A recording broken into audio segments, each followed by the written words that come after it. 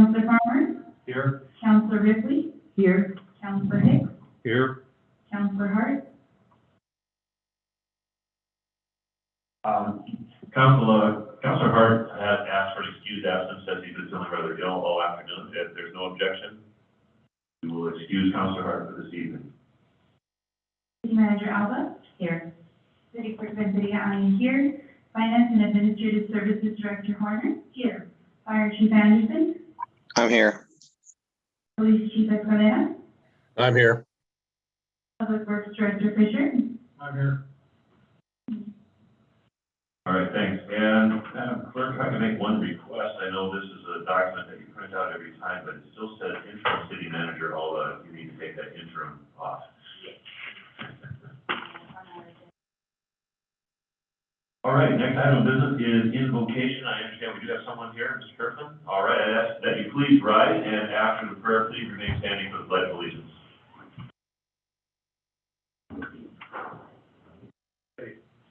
We're so thankful for the members of this city council. We're thankful for all those who help and support the city of Sunnyside in various ways. I think also about the firefighters and police officers in this town and their dedication for all that they do to keep the city of Sunnyside a safe place. And so, Lord, I ask that you would bless this meeting tonight with special blessing, to grant wisdom and insight for members, the decisions that they have to make. Lord, we pray for our city, our Sunnyside. Pray that you would grant safety and security to this city, to all those, through all those who serve. Would allow this city to be a safe and peaceful place for the citizens in which we live. Pray that you would help us all, Lord, to love our neighbors as ourselves. I pray for your special blessing upon the city of Sunnyside. I pray also, Lord, that you would grant everyone in this town the opportunity to learn the grace and love and mercy of Jesus. Amen.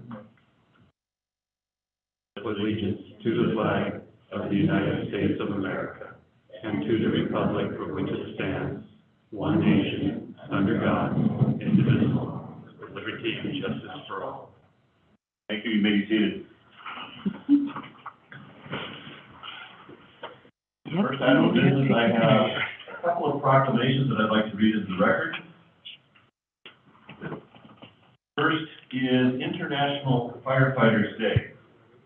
Whereas International Firefighters Day is observed each year on May the 4th to honor and remember past firefighters who have lost their lives while serving their communities, to express gratitude to those who have served in this line of work, and to show support and appreciation for those who presently serve.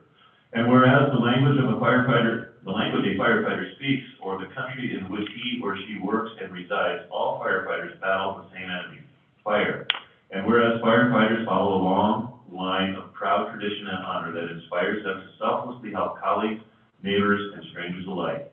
And whereas the members of the Sunnyside Fire Department and its automatic and mutual aid partners have protected our community in the Lower Valley for nearly 120 years. And whereas at a moment's notice, these firefighters are quick to respond to uncertain situations to mitigate danger and combat the threat of destructive fire in order to protect individuals, families, and the economic well-being of our community. And whereas the demands of firefighting are accompanied by both personal and physical sacrifice that all firefighters knowingly accept while risking their lives to protect the lives of others. Now therefore, I, Dean Grorsman, Mayor of the City of Sunnyside, Washington, by virtue of the authority vested in me by the laws of the state of Washington, and on behalf of the City Council, do hereby proclaim May the 4th, 2022 as the International Firefighters Day in the City of Sunnyside. And I encourage all citizens to show support and appreciation to our city, county, state, and federal firefighters who protect our lives and property so diligently throughout the year, and by remembering past firefighters who dedicated their lives to preserve our safety. In testimony whereof I have hereunto set my hand, and caused the seal of the City of Sunnyside to be affixed, and in the City of Sunnyside the 25th day of April in the year 2022. Another one, yes, our firefighters are deserving of applause. The next one I'd like to read concerns the Cinco de Mayo. Whereas the Cinco de Mayo holiday commemorated the victory of the Mexican people over the French army in the Battle of Puebla on May 5, 1862, and whereas the City of Sunnyside is home to a significant Latino population, and we wish to honor the community, groups, and individuals of this community. And whereas we recognize the strong cultural and familial ties in Sunnyside, as we commemorate the 34th Sunnyside Cinco de Mayo Festival in downtown Sunnyside by exploring foods, traditions, and entertainment. Now therefore, I, Dean Broersma, Mayor of the City of Sunnyside, Washington, by virtue of the authority vested in me by the laws of the state of Washington, and on behalf of the City Council, do hereby proclaim May 6th through 8th, 2022 as the 34th Sunnyside Cinco de Mayo Festival in the City of Sunnyside, where we celebrate Mexican heritage, culture, and history. In testimony whereof I have hereunto set my hand and caused the seal of the City of Sunnyside to be affixed, done at the City of Sunnyside this 25th day of April in the year 2022. And it's not on the agenda, but I do have a couple more words I'd like to say. Wednesday, the 27th of April, is also Administrative Professionals Day. And the council has one administrative professional with whom we get to deal with regularly, and she is absolutely amazing. So I would like to recognize Ms. Secretary Drea this time and thank her publicly for her service. I am absolutely privileged to have her working with me. She's been a great help to me in the last several years. I think the only time I've been disappointed is when I suddenly realized that I have no idea what time it is when I'm sending her a text. And she does still have managed to get back to me. So I thank you very much, Jackie, for all of your help. And yeah, thank you. It's awesome.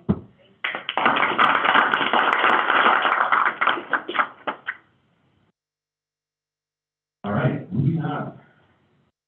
Public comments. Citizens are advised that they must limit their remarks to council to 3 minutes. Council may refer items to staff to review and or research for presentation at a future council meeting. If you do have something that you say, please approach the podium and speak into the microphone, and please tell us your name and your city of residence.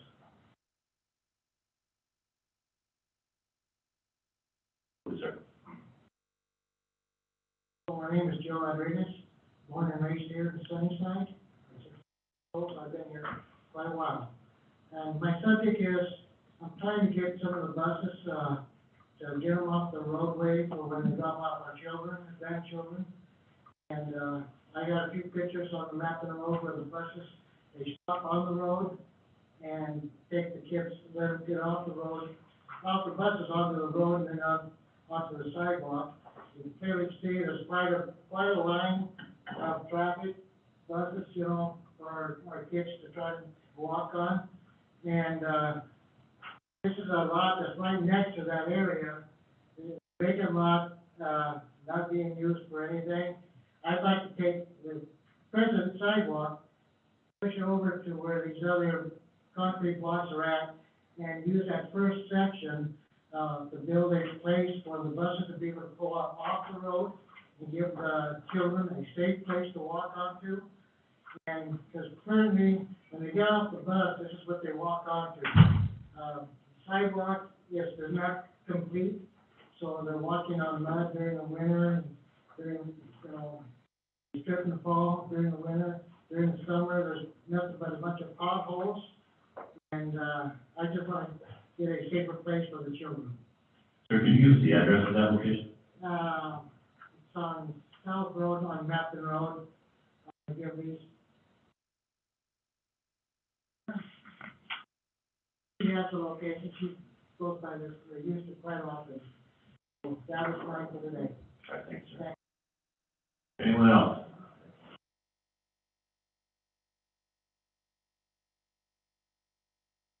Good evening, Mr. Mayor and council members. My name is Douglas Garrison. I'm a resident of the community here. My principal place of business is 516 South Front Street here in Sunnyside.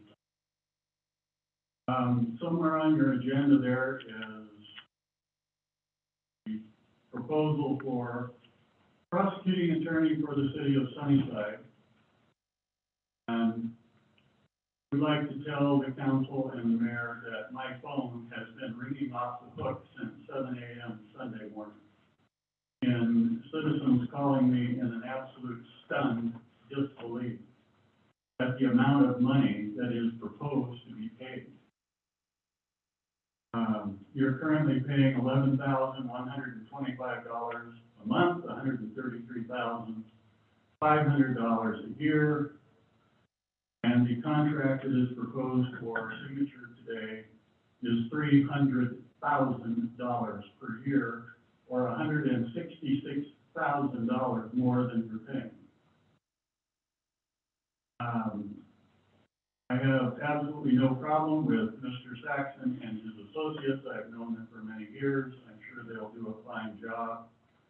But the amount of money contemplated here for services to the court is preposterous. And I would go further than that and say that anyone who votes for this in its current form has completely abrogated their responsibility for the protection of this community and its assets and its resources. I would ask that it be tabled, or whatever your procedure is, and go back to the drawing board and start over from scratch. Because whoever thought this was a good idea, in my view, should probably be suspended here tonight. Others?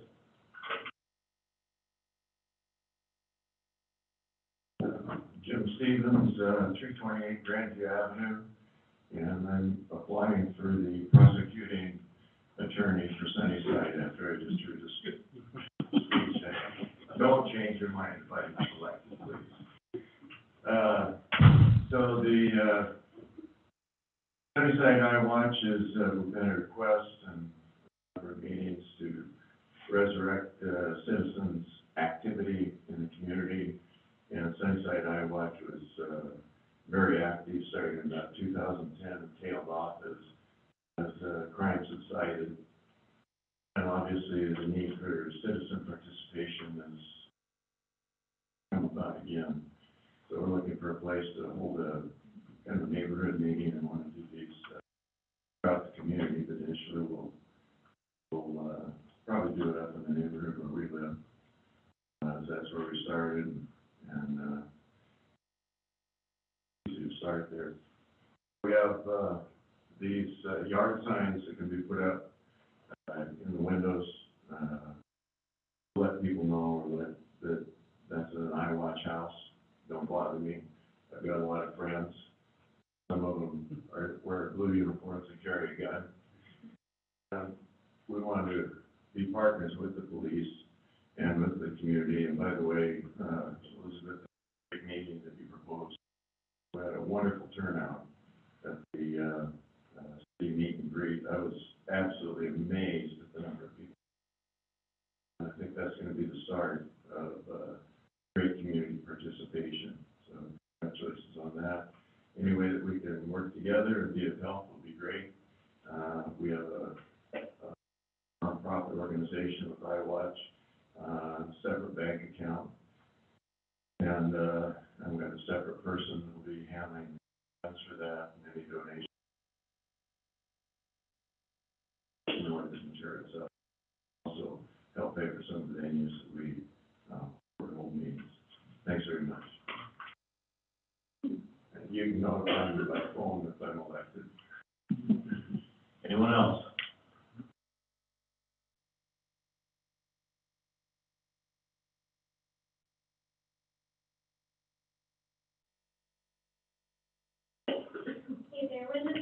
I'm the Sunnyside Alice Whiskey.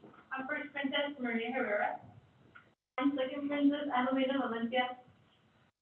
I'm Third Princess Emma Hernandez. We just wanted to update you guys about what we've been doing. So, lately we've been working on the float, and that's come a long way since we started. Looking forward to May 1st, that's when we're so we're going to be stationed outside. Another thing we've been doing a lot is we're working on the Sunnyside spirit. A lot of work so far, but that'll be May 14th.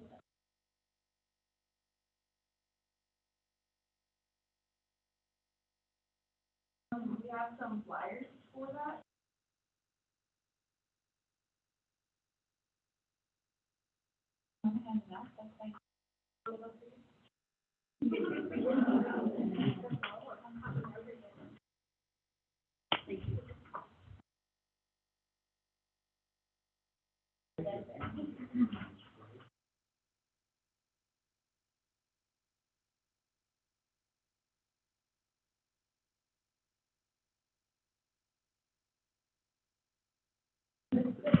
Thank you.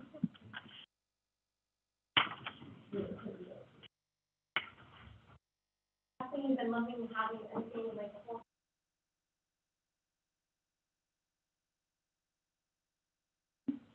Thank you.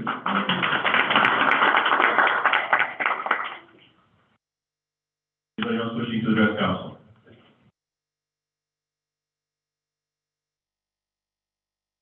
All right, moving on then. Next item of business is the consent agenda. The consent agenda consists of the following: the minutes, approve the minutes of the January 24, 2022 regular meeting, approve the minutes of the February 7, 2022 workshop. Payroll vouchers, approve payroll voucher numbers 119072 through 119075, and wire transfers as listed for $592,587.47 for the period ending on March 25, 2022. Approve payroll voucher numbers 119076 through 119083, and wire transfers as listed for $443,735.69 for the period ending on April 10, 2022. Claim vouchers, approve claim vouchers numbers 103374 through 103404, and wire transfers as listed for $232,789.13 for the period ending on April 6, 2022. Approve claim voucher numbers 103405 through 103433, and wire transfers as listed for $86,400.72 for the period ending on April 13, 2022. And approve claim voucher numbers 103434 through 103487, and wire transfers as listed for $520,298 for the period ending on April 20, 2022. Council members, is there any item that you wish to remove from the consent agenda? Hearing none, what is the desire of council? I'll move to approve. I'll second. Motion by Councilor Hicks, second by Councilor Beeler, to approve the consent agenda. Is there any debate on this item? Hearing none, ask the city clerk to please take the roll call vote. Councilor Ripley, Yes. Mayor Boersma, Yes. Deputy Mayor Riscucci, Yes. Councilor Beeler, Yes. Councilor Hicks, Yes. Councilor Farmer, Yes. Mayor, you have 6 yes votes. Thank you, motion passes. Active agenda. First item, playground equipment proposals. Consider selecting a preferred playground design for Southfield Park. Madam City Manager. Thank you, Mayor Grossman. Tonight, we are bringing proposals forward to City Council to have you select Proposal 1 or Proposal 2. This item was brought forward to the Parks and Recreation Commission. We attempted 4 or 5, or actually give credit to Gwen Leader. She attempted 4 or 5 times to get the commission together. She finally wrote a letter sent to their personal homes asking them to participate. And she had one participant, which was Ms. Kennard, show up. So there wasn't any meetings held where this could be picked. So tonight we're asking you to look at the 2 options and decide which one you would like to go forward. And then I'm going to hand it over to Ms. Horner so she can describe the 2 options and the cost.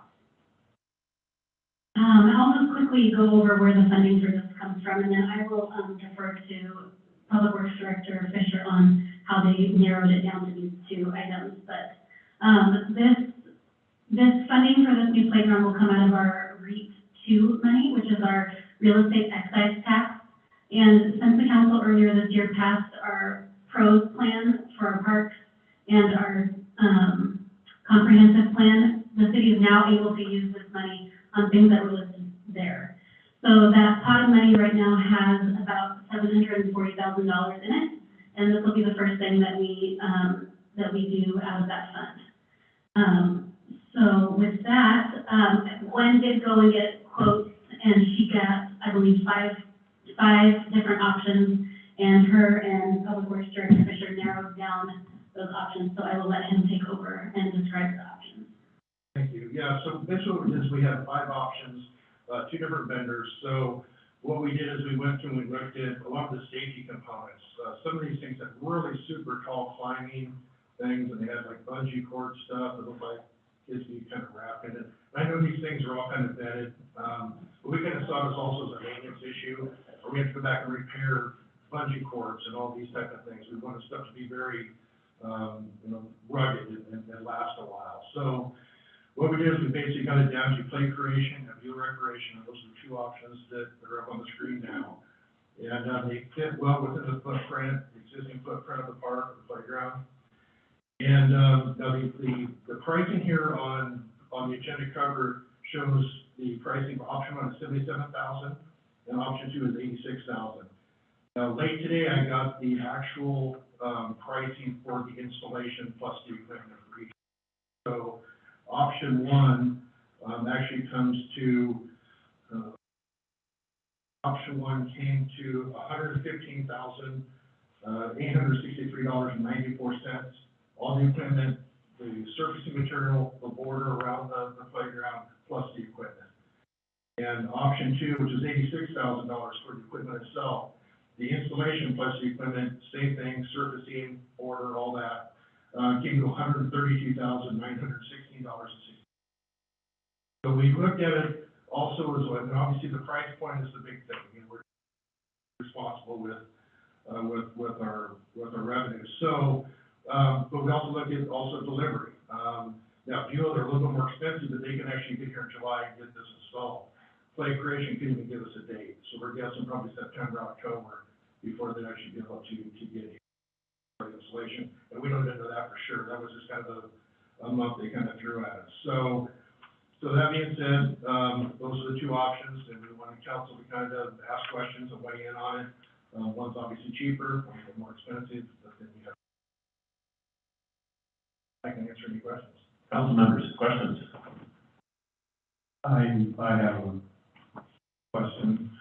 What is the surface that's gonna be laid down? It's what they call engineered wood fiber, and so they're like wood chips, but they put them into this tumbler, and they soften them up so there's no sharp edges on them, like a wood chip pulp mill, very sharp and great. They're actually an approved surfacing material. They're probably the most used. You can get some of that rubberized stuff, super duper expensive for that. You probably have about 50 grand in your playground just to put the rubber stuff. So we decided to go with the wood fiber. It'll be, from 12 to 16 inches thick. And that's the approved depth, when Gwen went and did the WCIA playground assessment, which is our insurance company, those are the recommendations. And those are pretty much a standard that they use in all park and recreation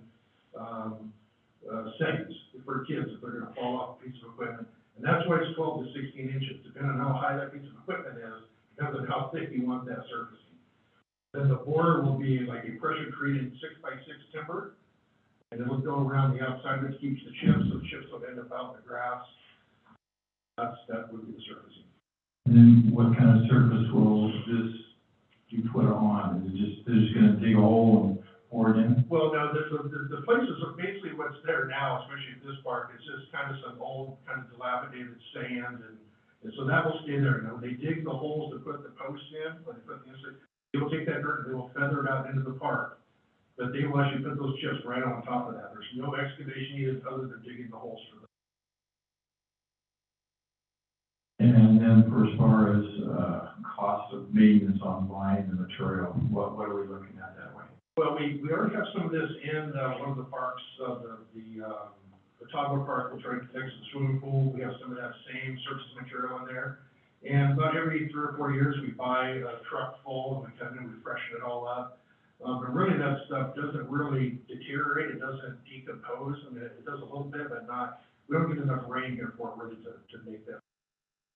Really, it's a matter of just going out with rakes and just kind of fluffing it up and kind of putting it back where the swings go through and where kids play, just moving that material back in there.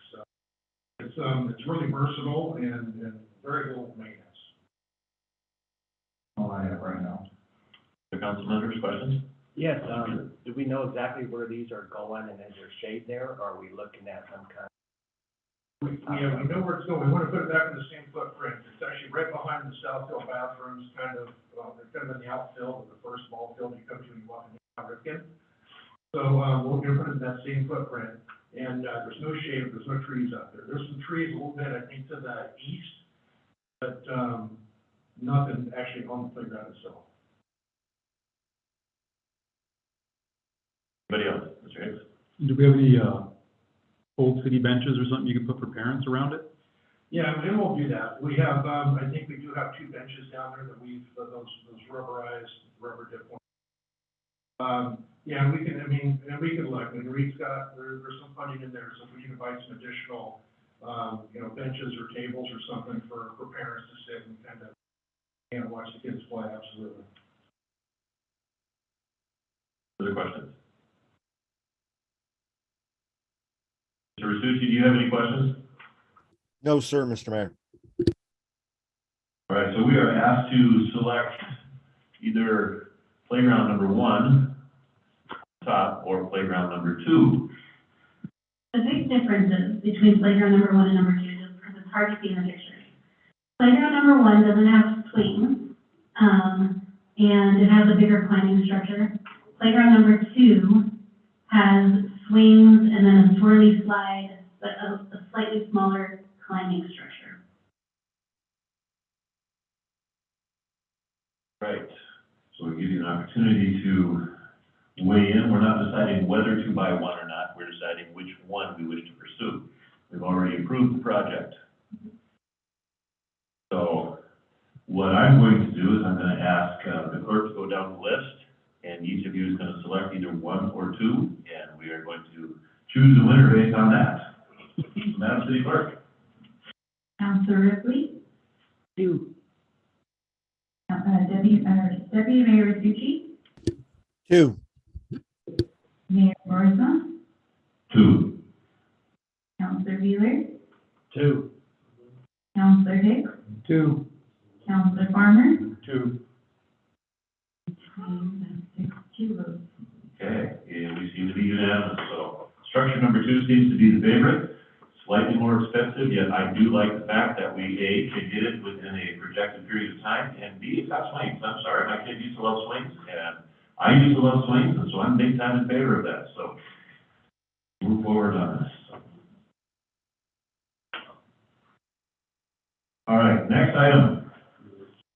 Item C, prosecution services contract. Consider authorizing the city manager to execute an agreement between the city. Mr. Mayor, item B, SMC 2.02. I stand corrected. Sorry about that, everyone. Let's go back to item B, fee schedule update. Consider adopting an ordinance to replace SMC 2.02.020 to incorporate the fees associated with SMC 12.06 Parks and Recreation fees and charges, and to update the format of the section. Madam City Manager. Thank you, Mayor. I am actually going to pass this over directly to Jameson. She worked on this. I have very little to do with it, so I will give her credit where credit is due and let her report. Thank you, Madam City Manager. We, staff, myself, when reviewed the fees for Parks and Recreation and discovered that while Section 12.06 of the code indicated that these fees were supposed to be in Section 0202 with the rest of the fees, they were never actually put there. So she's been having a really difficult time of pinning down how much to charge people, and we've had a difficult time of looking at how much we have historically charged for many things, especially because of the gap in services for COVID.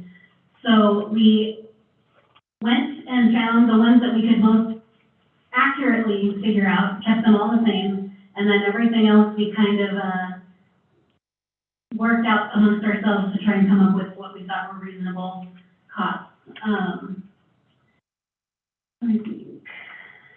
The only other change that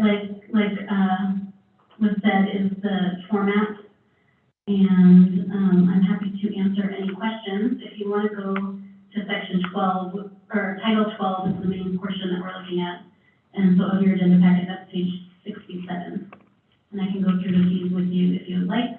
And this, again, we did attempt to get in front of the Parks and Recreation Board, but we were unable to get the board together.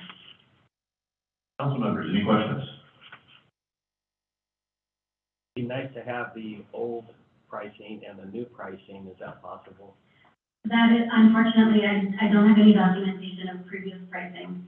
And, even for like to do the league fees for the soccer leagues this year, I mean, I was Excel spreadsheet going back through previous amounts charged and just trying to figure out how they did it, so.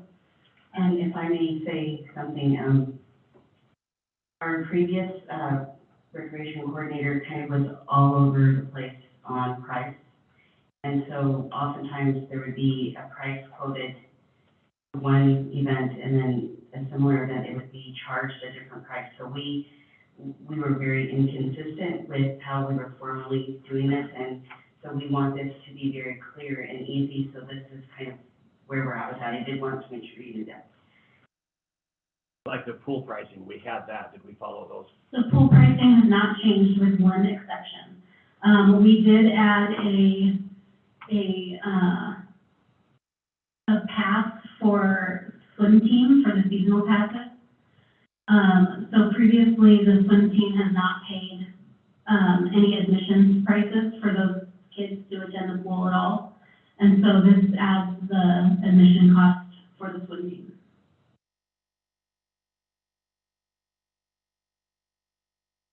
Other comments? I have a couple of questions, and maybe I knew this, maybe I just didn't think about it. But we're talking about, there's no time on fire. If my home burned down, do I have to pay the fire department to come out and put the fire out? Actually, that's already a part of the code that you have at the very front page. That's correct. That's been there. So I am paying the fire department to come out and put my fire out. And Can I it's answer not- that? Yeah, go ahead, Ted. Sorry. No, sir. No, there's no, the ordinance is written such that it only goes to the third party payer.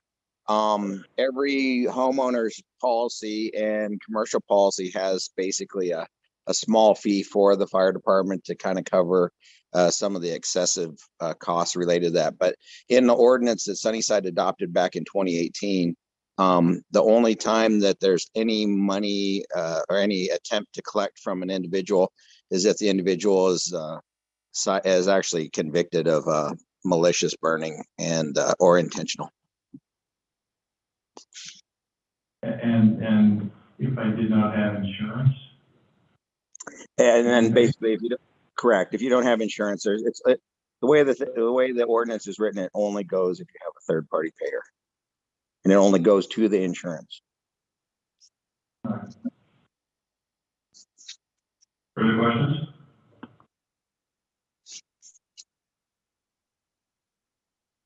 All right, so I've received some communication for some of this, as you might imagine.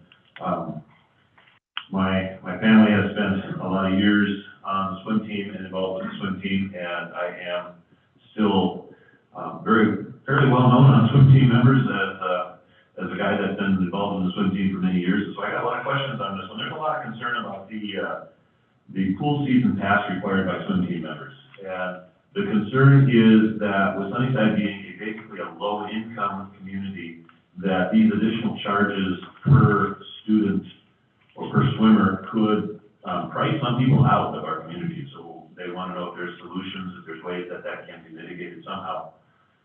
And Ms. Warner and I had a discussion about this, and she has a solution for you, so I will let her speak.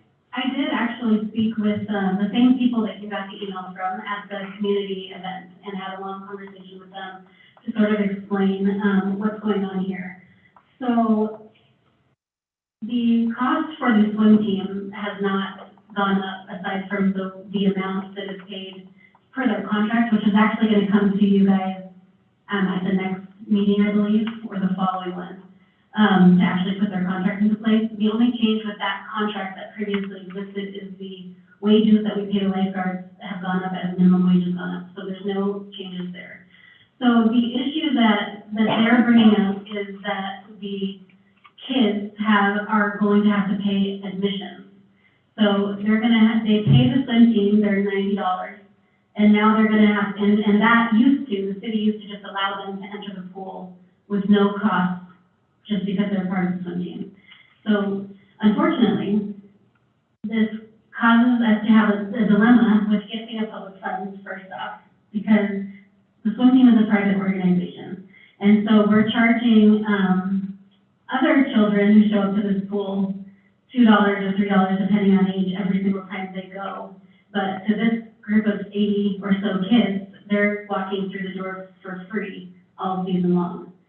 So the city does not have any intention of, the city will never recoup the cost of operating the pool, but we do have to make it equitable to everyone that attends. So for every one of these swim team kids that goes, which is an excellent program, and I totally do not want to price people out of it, but there could be 5, 10 other kids who can't even afford to go to swim team, and their only chance to go to the pool is when they pay that $2 or $3. So from an equitability standpoint, it is not really fair to give a private group free admission to the pool. However, I don't have any issue if the city council, in negotiating the contract with the swim team, wanted to institute a scholarship program for swim team members to pay their season pass. And we could put, I spoke with the gals from the swim team, and they said there could be 10 or 20 kids that may really benefit from that scholarship. I would love to put that in the contract and get that updated so that we could do that, in lieu of just not charging any of the children.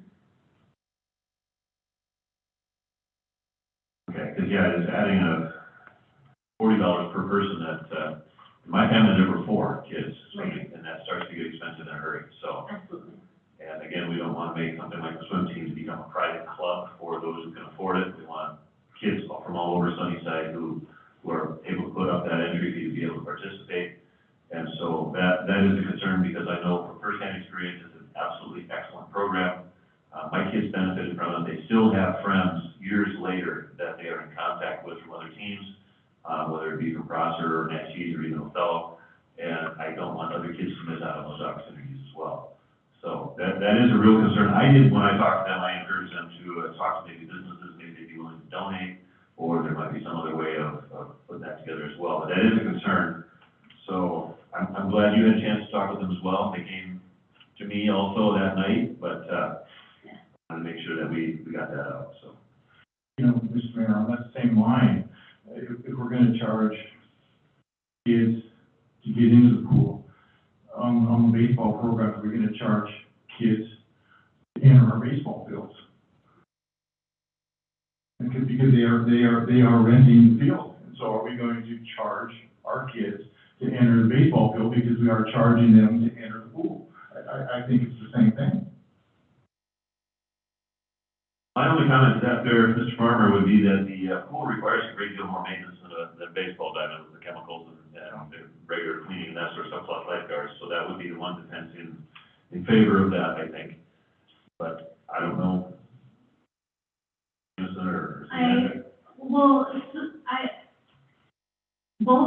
Both situations, there is city-owned facilities, so public facilities being rented to be used by private organizations. So in that sense, they're the same. But in line with what the mayor said, because the pool charges admission at all for anyone, we must be consistent with how we're charging that admission. Unless the city would like to, like I said, offer a grant or scholarship to the swim team to cover those, and it is within the council's power to do that. For example, the Sunnyside court, who was here earlier today, they have to come and ask for their grant of $1,500 for their float this last year. But by doing what we're doing with the swim team right now, we're just automatically giving them every year about $5,000, if you look at it the same way, because of what they're not paying for. I hate to put it in those terms, and I would like to do it the right way. If we can offer to cover the program with a scholarship, like I said, or with an actual grant that they come and request, would be a completely different story. But as far as not charging a fee for someone who belongs to a private organization, I do not think that holds up. And I thank you for your response to that. Having an answer to give to people who ask questions is also extremely helpful. So if you don't have that information, we're just pulling something out of the air. It's not always verifiable. So thank you for that. Any further questions from from council? Just a comment. Comment. We used to run T-ball and stuff back in the day, and we got businesses to sponsor kids. So maybe local businesses could throw in the extra fees here. Yeah, and if that's what swim team wants to do, then we could negotiate the discount pass as part of their contract, but right now, the two items are completely separate. So the contract that we have with swim team covers only the cost of the lifeguards to show up to their practices and their meets. It actually doesn't even cover the benefits of that, so we are not charging them for the amount of money, just like we're not expecting anyone else to pay for the amount of money it costs to actually operate the pool. But, that contract right now doesn't cover any admission fees for the students. All right, let's not forget this action is much bigger than just the swim team. So, further questions or comments on this document? Hearing none, what is the desire of council on this?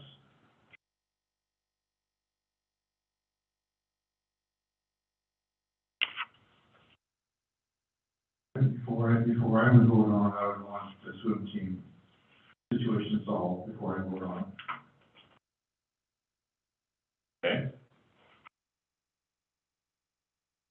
Comments on this?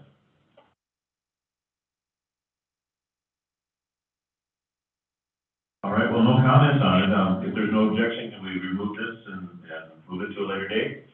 And we'll see if we can get the swim team question resolved. Okay, no objection, and we will push this back to a later date. And I do thank you for the work you've done on it thus far. You've made some progress. And it does make sense, in my opinion, to have this in one place where we can reference it and give straight answers when somebody asks a question, what are you charging for this, and have it all in one location where it's supposed to be. I think that is part of our job as well, to regularly make sure that things are making sense. We can. Can I make a request? You certainly Sorry to may. interrupt. Would it be possible to pass it and remove that section? Because right now we're starting to enter the time where people are actually renting parks and there is no fee established. And I would like for us to be able to actually charge a correct authorized fee for things like that, which right now I don't have one. Council, how does council feel about this? You talk about removing the whole section 12? No, just No, removing just the the portion for pool. pool season passes.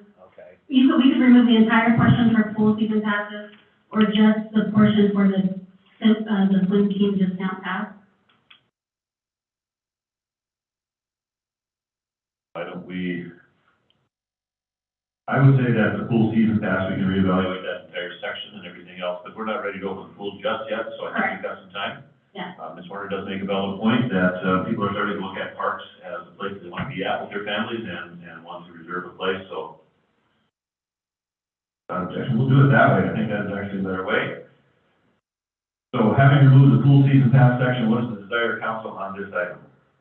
I'll move to approve. I'll second. We got a motion by Councilor Hicks, second by Councilor Bueller to adopt an ordinance to replace SMC top 2.02.020 to incorporate the fees associated with SMC 12.06, parks and recreation fees and charges, and to update the format of the section. Debate on this item. All right, Madam City Clerk, could you please go down the roll for the vote? Councilor Ripley, Yes. Mayor Borisma, Yes. Deputy Mayor Tucci, Yes. Councilor Beeler, Yes. Councilor Hicks, Yes. Councilor Farmer, Yes. Mayor, there's 6 yes votes. Motion passes, thank you. All right, next item, finally now, item C, Prosecution Services Contract. Consider authorizing the city manager to execute an agreement between the city of Sunnyside and Saxon, Riley & Riley LLC for prosecution services. And as has been noted before, there is a little bit of controversy around this, and we will try to clarify that here this evening. So, Madam City Manager. Thank you, Mayor. First, I would like to let you know that this process was done through a,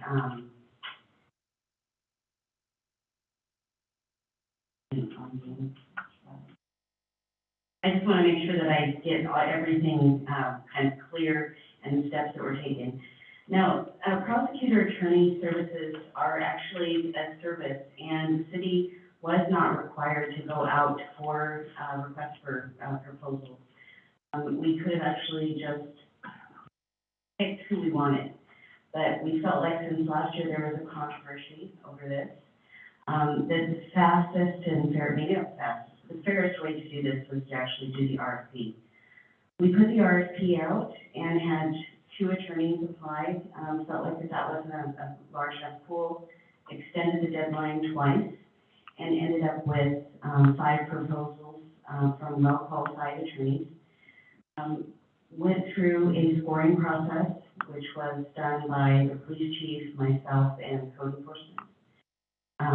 We then did interviews, and I conducted, most of that, and selected the firm that I felt had the most qualified experience, the most qualified staff, and most importantly, could start from day one and work our prosecution services.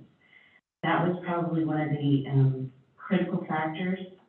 The second attorney, number 2, was not able to start day one. There was still issues with staffing and getting their office together. And then I do have to admit that I worked for the city of Prosper, and I worked with Mr. Saxon, and very professional, always on time. Really honestly, we had very few issues in Prosper that he wasn't right there, knew what was going on. And during our interview, he also said to me the 3 things that our city needs help in, and he knew right away what our needs are here. So that brought me a lot of confidence in their ability to provide the services that we're wanting. The other leg of this is that they will be doing the prosecution services, but they also will be working closely with code enforcement.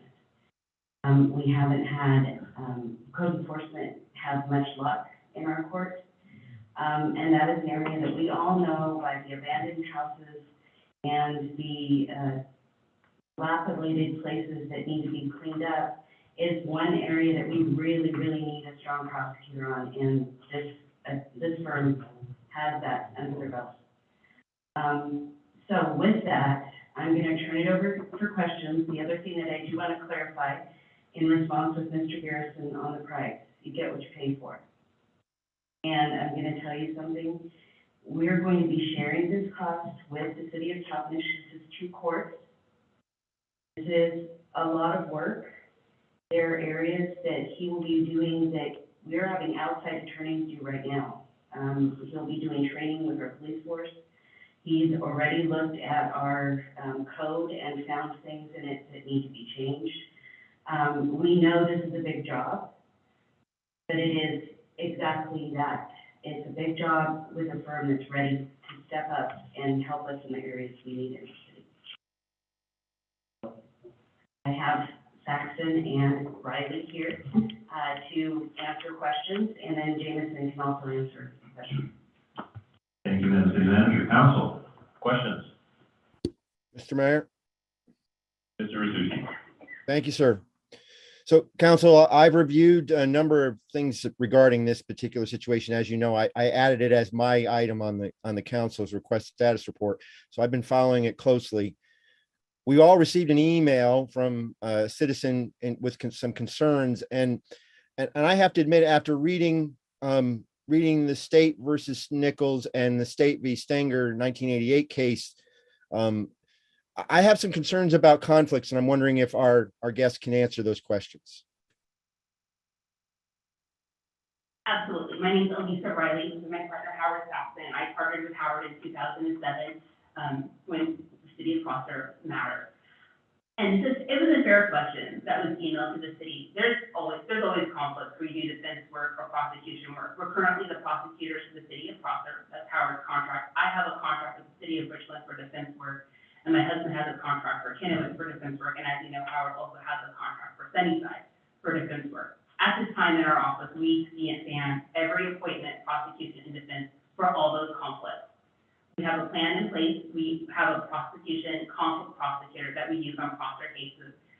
state is ready and prepared to take conflicts as needed for Sunnyside. That is an expense that we will pay.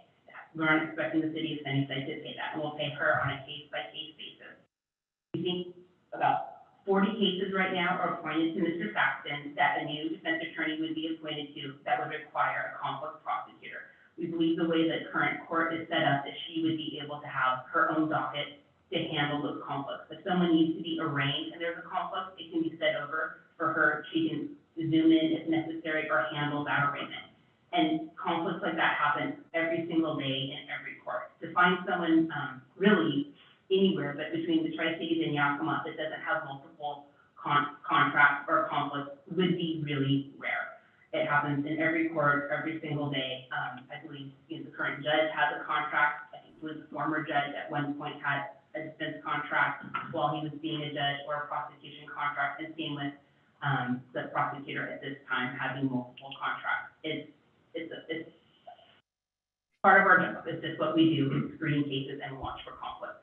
I think it's a fair question. It's something we're aware of and we're prepared to handle. And I would also point out, as far as the top finish portion of the contract, I've only represented one defense client at a top finish. I wouldn't anticipate really any conflicts out of that city. okay, and a follow-up question real quick. In Stenger, they identified how the entire office had to be disqualified. Do you anticipate something like that happening? That's absolutely correct. If one attorney has a conflict, the whole office has a conflict, and that's why we use a conflict prosecutor. That's outside of our office. Okay, thank you. And we're That's my prepared for question. that. Other questions? And I would also point out that person is also ready day one to come. Okay, I guess then if there's no other questions, go ahead, Mr. Park. I've got some. I, along with Deputy Mayor Restucci, have some heartburn over this. The thing that comes back to me now then is you're gonna hire somebody and you're gonna pay somebody and then, and you're going to prosecute against them.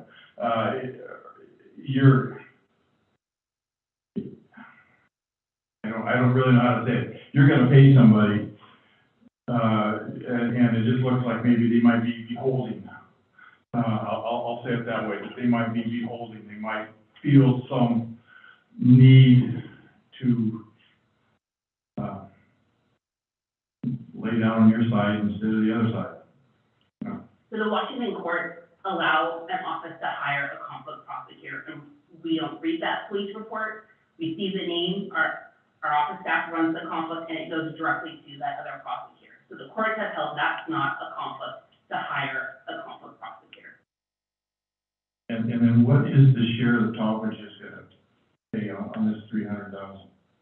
Jameson, do you know that right off the top of your head? I'm sorry, there's a formula that we have for it, And based on this contract, and we would have to do a review of the number of cases, because it's broken down based on the number of Sunnyside cases and the number of top finish cases, and I don't have that information directly.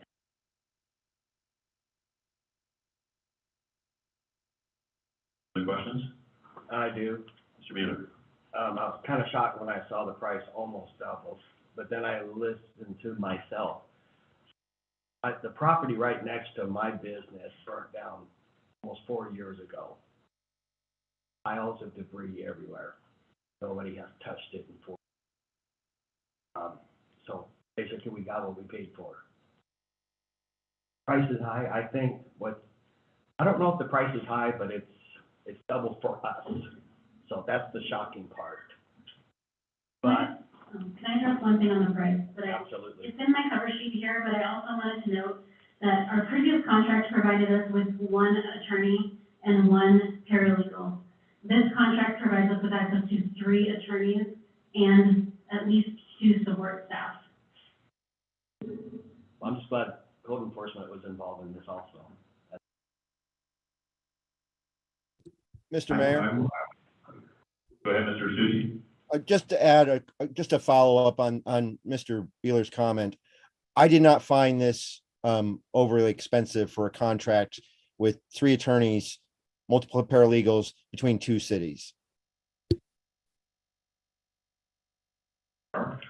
Yeah, how much are we paying extra for the paralegals?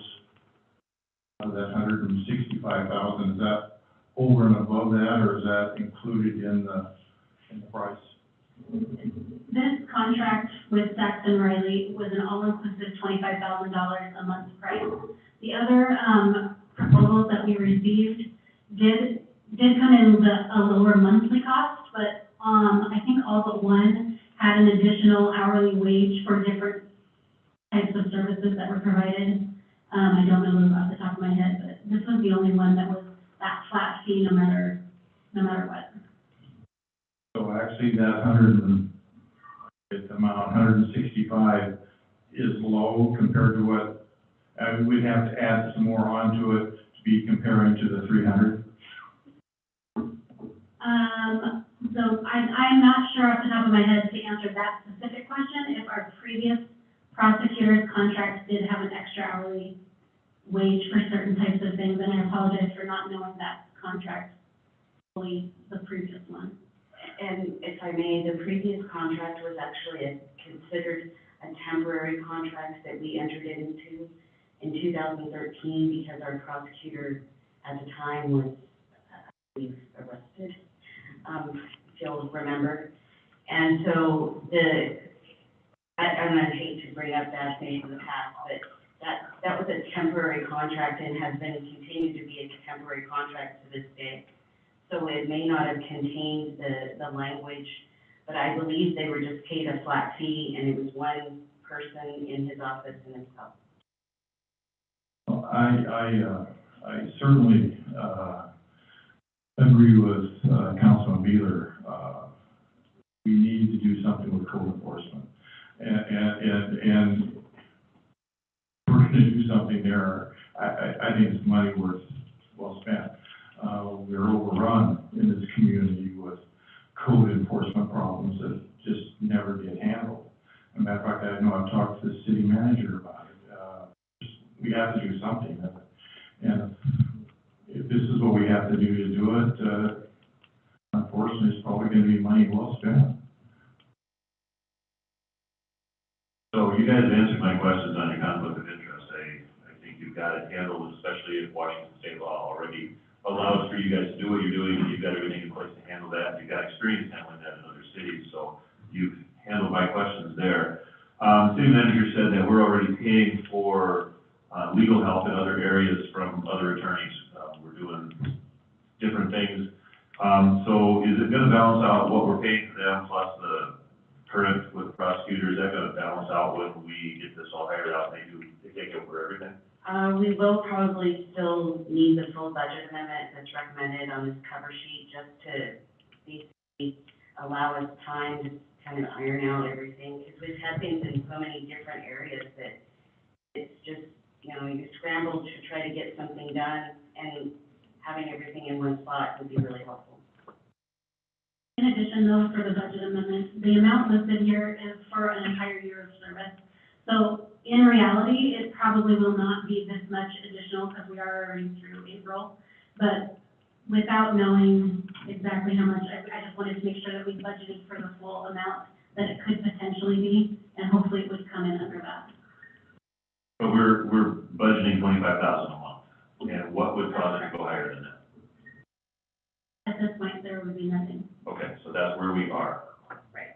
That's what I'm concerned about. I don't want some big surprise coming to, hey, we're paying $25,000. Now we have to have this, and I don't want to see that. No. This is a big increase. I think, as has been mentioned, I'm happy to see that there's training with police that are coming in, code enforcement. I think all of us are in agreement that we really want to see code enforcement have some teeth. We've seen some things around town. I drive around town regularly. I think we all do, and we see stuff that we really like to see changed. We've hired another code enforcement officer, and we would like them to be able to be effective. So the fact that you're able to do that, I'm pretty pleased with that. So any further questions or comments by council? Hearing none, what is the desire of council on this item? Move to approve. This is Deputy Mayor. I'll second. Okay, we have a motion to approve by Deputy Mayor Stucci and a second by Councilor Beeler to authorize the city manager to execute an agreement between the city of Sunnyside and Saxton, Riley and Riley PLLC for prosecution services. Debate on this item. No debate, Mr. Mayor, but I would like to make a quick comment that I appreciate all the work that staff did on this, Ms. Jamison and Ms. Alba. Appreciate everything you've done. So, thank you.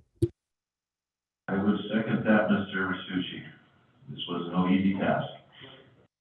All right, hearing no debate, then would the city clerk please go down the roll call for the vote. Councilor Ripley, Yes. Mayor Burisma, Yes. Deputy Mayor Stucci, Yes. Councilor Beeler, Yes. Councilor Hicks, Yes. Councilor Farmer, Yes. Mayor, you have 6 yes votes. Thank you. Opinion of the chair, the motion passes. Item D, classification and compensation schedule update. Consider adopting an ordinance adopting the updated classification and compensation schedule. Madam City Manager. Tonight, this is a very easy one. This is, just putting my salaries on the schedule. So I think it's pretty clear that you've, given me a contract and that needs to be on it. Yeah, council remembers, we did offer a contract to, Ms. Alba that was slightly higher than what was originally anticipated. It was not, budgeted therefore, and so we need to correct the budget to, reflect that. And so it seems to be, yeah, the only phrase that sticks in my head on this one's a Spanish phrase that nobody would understand. So anyway, it seems to be kind of a done thing. Any questions or comments by council? Hearing none, what is the desire of council on this item? I'll move to approve. I'll second. All right, motion by Councilor Hicks, second by Councilor Ripley to adopt an ordinance adopting the updated classification and compensation schedule. Debate on this item? Madam City Clerk, would you please go down the roll for the vote? Councilor Ripley, Yes. Mayor Burisma, Yes. Deputy Mayor Stucci, Yes. Councilor Beeler, Yes. Councilor Hicks, Yes. Councilor Farmer, Yes. Mayor, you have 6 yes votes. Motion passes, thank you. Items from council members, mayor's appointment and, for boards and commissions. So I have had a chance to interview one individual, and I'm hoping for the next meeting to be able to have his name on the list for appointments. I was quite impressed, and I'll talk about it more a little bit when we have him on the agenda. Do we have anybody in the hopper for others? I think we had one other person, correct? We have one more application, but they haven't turned in their certificate, and I think it was for the Parks and Rec Board. And I've already emailed them the information for that. Okay, and what other openings do we have? We have the Community and Economic Development Committee, we have 3 vacancies. 1 Parks and Rec. Let me just pull it up here.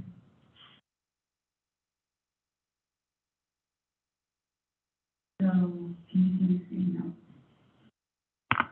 We actually have 2 vacancies in the Parks and Rec Board, you have 3 in the Community and Economic Development Commission, and you have 1 Planning Commission vacancy. All right, so I've noticed that it's been on social media and on our website, and when you go around town and you talk to people, you might encourage people to participate in those things. And kind of on the side, but under the same topic, we've been talking, city manager, myself, and deputy mayor, have been talking about holding a meeting of all the boards and commissions that we have and bringing them all into one place and talking about duties, responsibilities, what it means to be on board or commission, and the frequency of when they should be meeting, why that is important, and getting things back on schedule. It is just another one of those things that's sort of fallen by the wayside because of COVID, and we need to get things back on track. So look for, in the future, a notification of a date where we're going to be holding those meetings. City manager and I will be trying to get that coordinated and let you know. request status reports. Madam City Manager.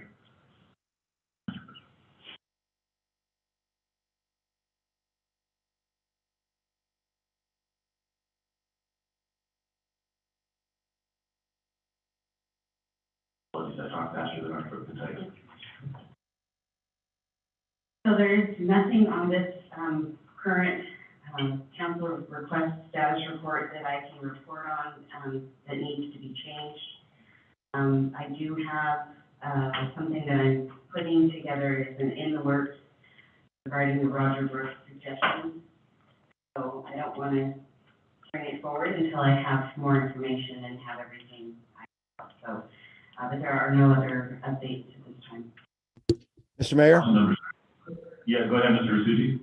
Madam City Manager, you're welcome to remove the prosecutor item from my items. Thank you, that feels really good. So council members, if you have an item that you'd like to add to the status report, please talk to myself or the city manager. We'll get that added on. If you have something right now, go ahead and speak up. I have one item, Mr. Mayor, but I'll wait if other council members. Deputy Mayor, it doesn't appear that any of the council members have anything they'd like to bring up, so go ahead.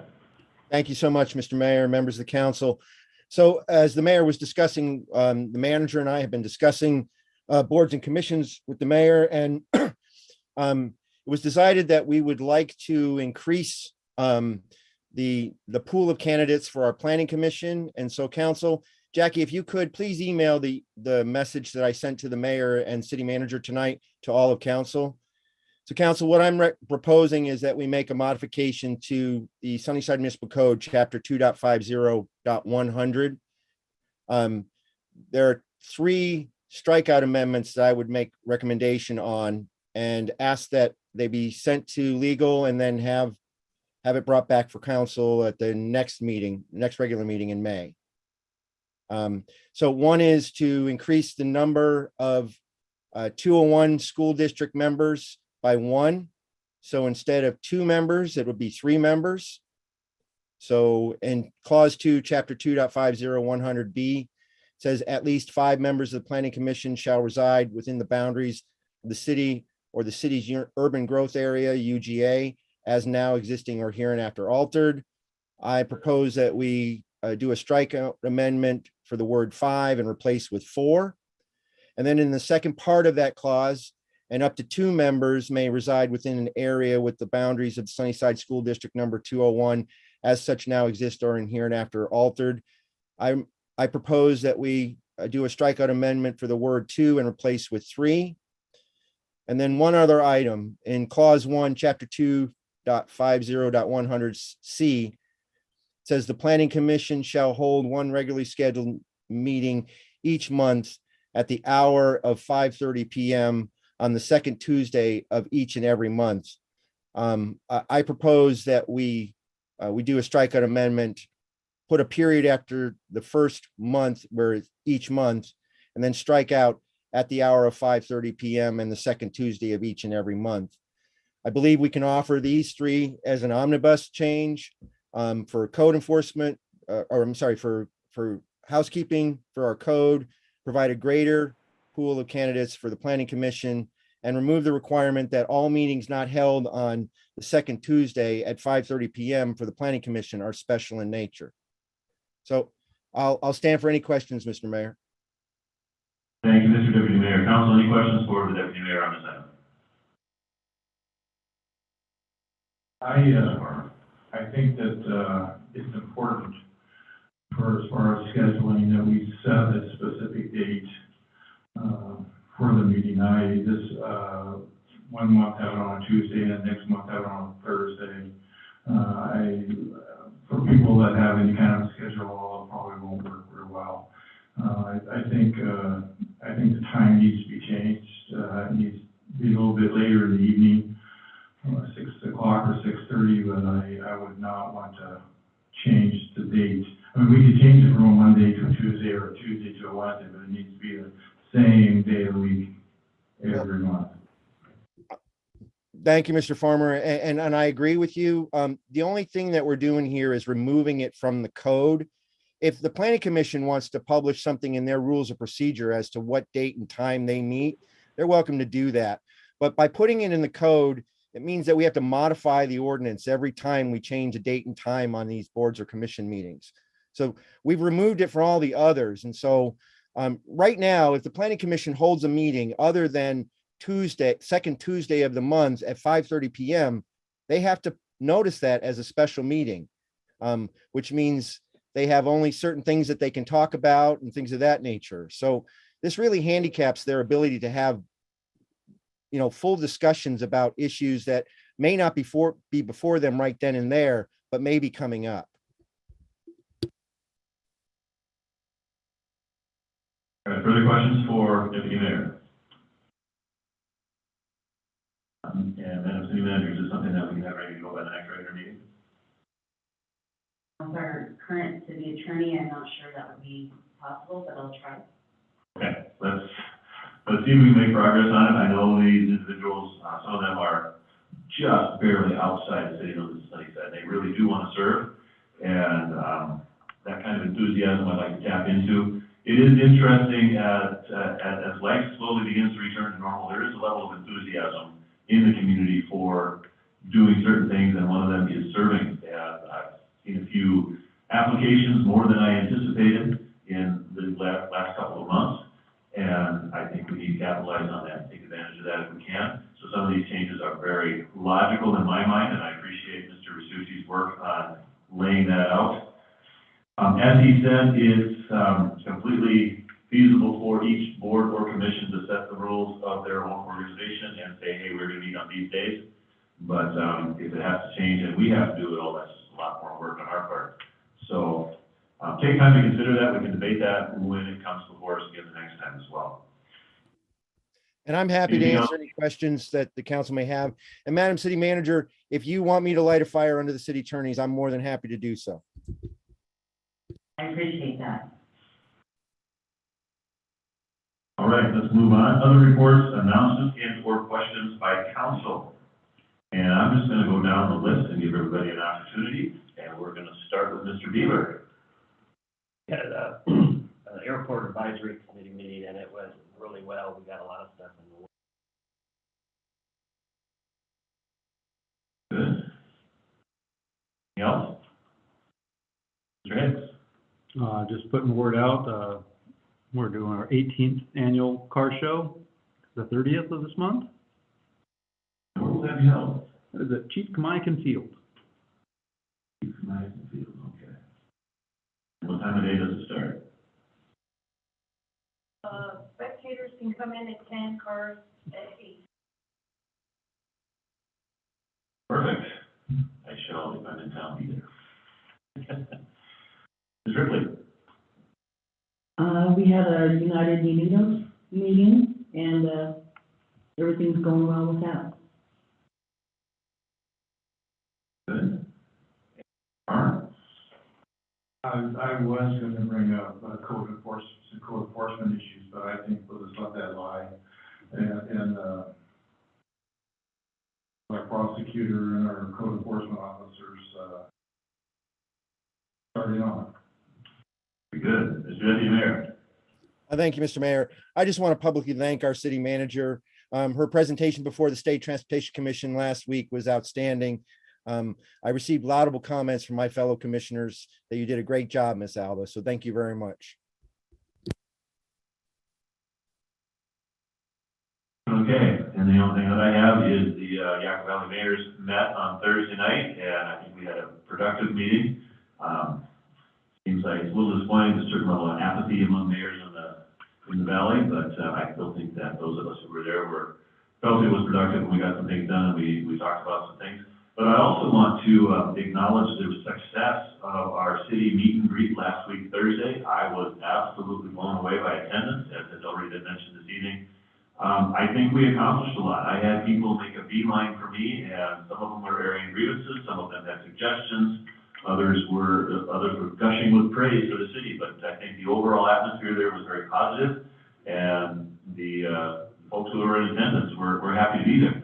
And I had the chance to meet some employees who were new and I hadn't seen them before. So You know, you hear the name, this whole business of doing all this stuff over Zoom, you just don't get to meet people the way you used to. And, so it's really great to see them face to face, be able to have a conversation with them. So kudos to those of you who put that together. I know it was a lot of work. And we have upcoming a number of forums, and I'm sure the city manager will touch on this later on. I am committed to attending those as much as I possibly can. I think that it would be, that it's helpful. I think council members are able to be there. I have to be careful not to have a quorum, but, I think it will be beneficial, but I am committed to attending as much as possible. That's what I've got.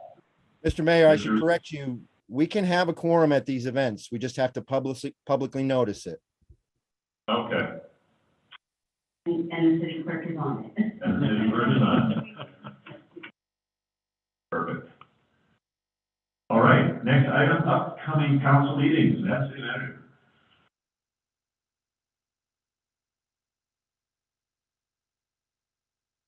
Okay, so, May 2nd workshop, we have the Project Kane update, and that will be brought to you by HLA.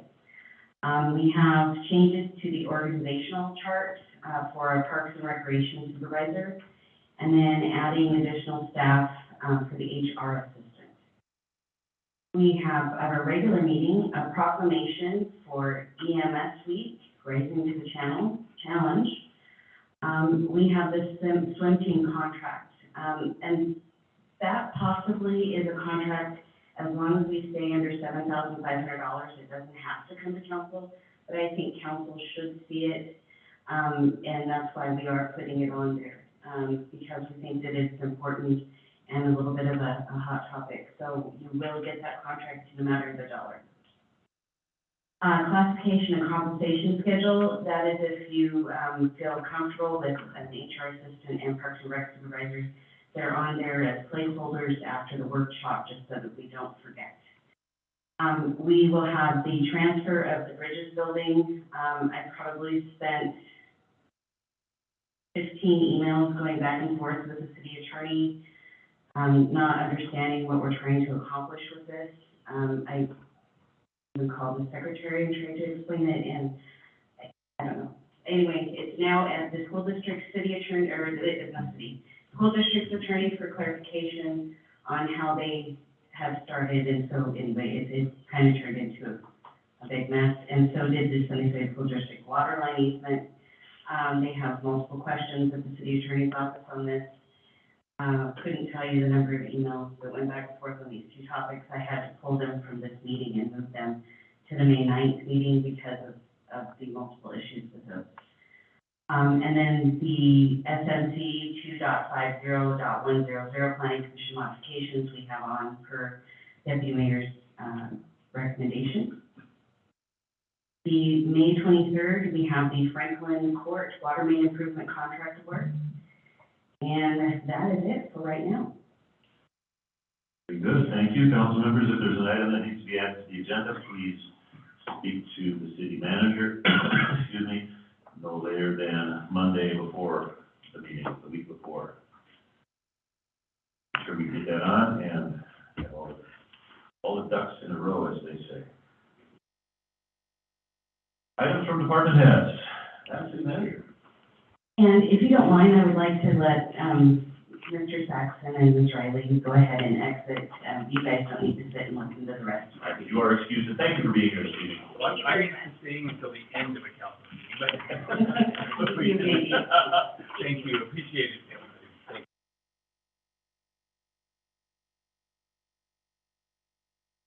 you. Good night and thank you. Thank you. Thank you.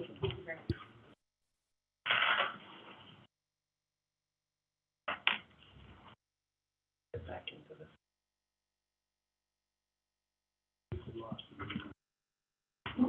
Okay, so now we're on items from department heads, and I'm going to actually start with Jackie, because Jackie usually goes last, and I'd like her to let us know if she has anything to report. Thank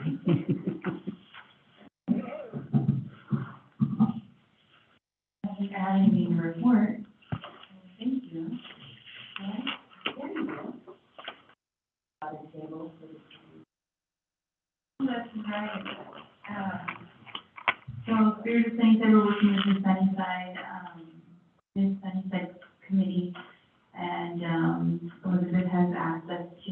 for a table. So if any council members would like to attend on May 14th, please let me know so that I can reserve a seat for you and whoever I see.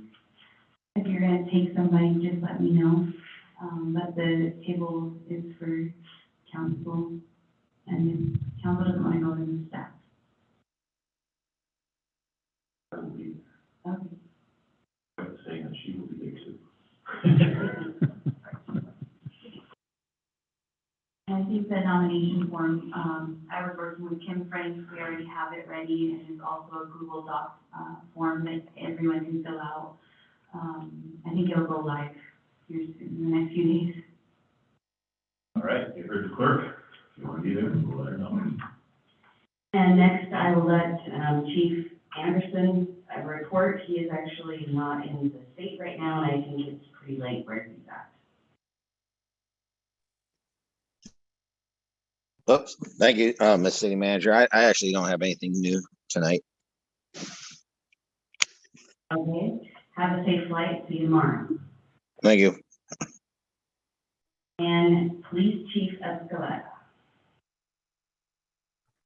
Well, good evening, everyone.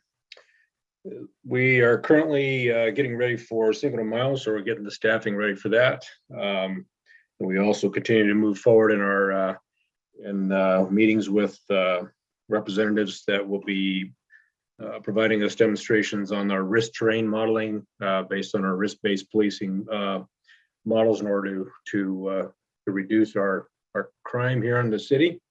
And so we're also working with YB-COG in that respect. And so it's been very busy for us here at the PD. But other than that, I think we're just going week by week and keeping our head above water as best that we can. Thank you. And Ms. Warner? Thank you. I just have one thing for tonight, and that is Glenn held the Encanto movie in the park on Friday. It was touch and go for a while there because we had some storm clouds come through and some huge raindrops, but he managed to pull it out. And we had, I think, over 100 people that showed up, which was very impressive considering the weather. They sold almost all the concessions that they had, and apparently it was a very good event. So that is all done, and I will have a list of things for May coming up in the next meeting. And Mr. Bishop? Thank you. Yeah, I got a couple items. So the 6th Street project's experiencing a few delays right now. But we're kind of hoping to be under, at least out to bid at this point.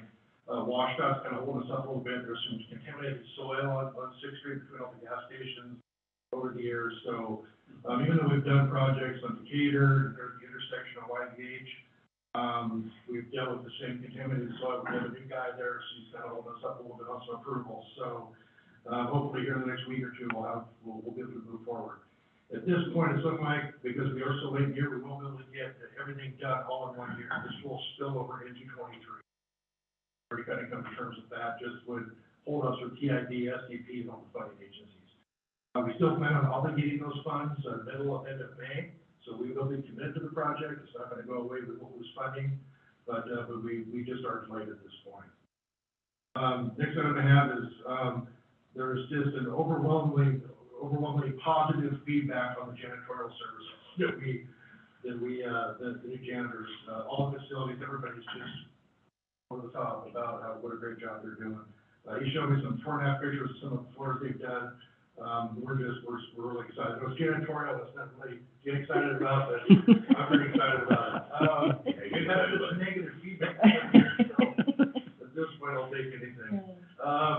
And then the last thing I have to report is I sat down with Councilor Hart, and we looked at kind of teaming up with the Lions Club and looking at getting a bench for Carol Stone in memoriam. So that should be in this week. We'll take a look at it. We have an area there on 5th Street, kind of where the guardrails at, kind of closer to like Codian, and that's where we'll go ahead and mount the bench there, and then pour a slab underneath it, so it's right there on the pathway. Hopefully that's here this week, so within the next couple of weeks, you'll see that out. I have a question, if I may. I had a question asked of me yesterday. Who is responsible for maintaining the property between the sidewalk and the street? Brad, This would be on Yakima Valley Highway from the mall. the mall. The mall is, okay. Yes. So they were complaining about how ugly it looks. Yeah, so it's the mall, it's the tenants that all have, between all the restaurants along there, it's their responsibility, and they kind of do a good job, for the most part, right there on the corner between Popeyes and Prosecuting. And, but the other ones, as you get farther east or south, it gets pretty bad. Yeah, this person was specifically talking about right in front of the mall, so it'd be like where the bank, the old Radio Shack was, that area there. On the other direction, okay. Yeah, that's the mall's responsibilities there. So, do you want to call the director, or do you want me to? That's code enforcement, so I will talk to Dave in the morning. No, yeah. No, it was a joke, I had his number in my feet out, but I knew where he was. So, all right, thank you. You bet. And then, lastly, I will report that, I have asked to be on the YCDA board, Yakima County Community Development. And I think that would be a really good fit, for me, so that I can start looking at economic development. That is a real hot button for me. I think it's something that we need to start partnering with support more and trying to get people here that want to open businesses and do economic development. So wanted to give you that update. And then otherwise, we have an executive session and pretty much good to go after this. All right, thank you, everybody, and yes, tonight we do have an executive session, and it is per RCW 42.30.110, parentheses 1C, to consider the minimum price at which real estate will be offered for sale or lease when public knowledge regarding such consideration would cause a likelihood of decreased price. However, final action of selling or leasing a public property shall be taken in a meeting open to the public, and there is possible action. Thanks everyone for attending.